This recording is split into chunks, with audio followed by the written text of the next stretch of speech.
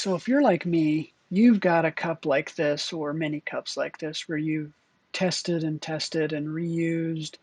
And in this case, you can see I actually painted over the top of things I'd already engraved just to see how they would look on that style of tumbler. And it's really a pain because sometimes you know it's going to work out really well, and sometimes you don't. So you really want to test.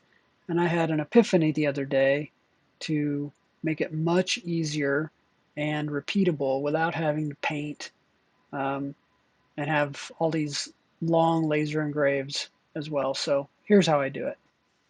So here's the tumbler I'm going to test with today.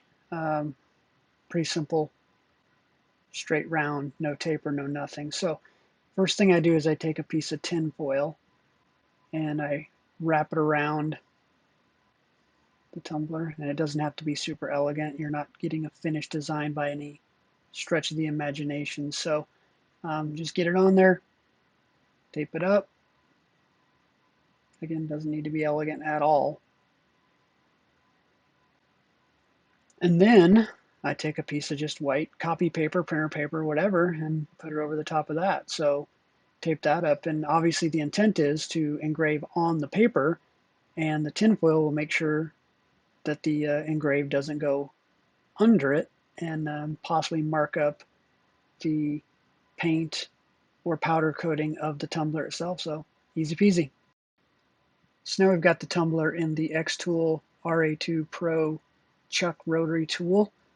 And I'm not going to make you watch this whole thing because I really do like to engrave at least most of it to make sure I get a good test, I get a good location, nothing squished or stretched at all on the graphic.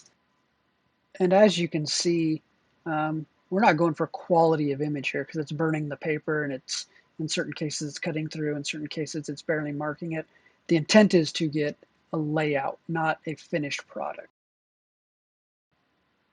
So here it is out of the rotary, and you can see the image is terrible, but that's again not the point.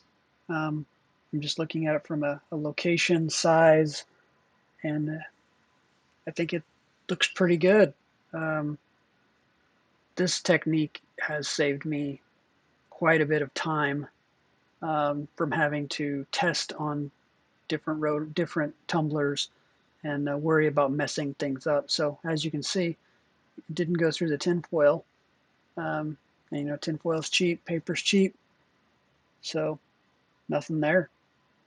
I would call this a success. So hope you learned something. Hope this can help you. Let me know in the comments. Thanks. Oh, and don't forget, if you did enjoy this video, please like and subscribe. I'd really appreciate it. Thank you.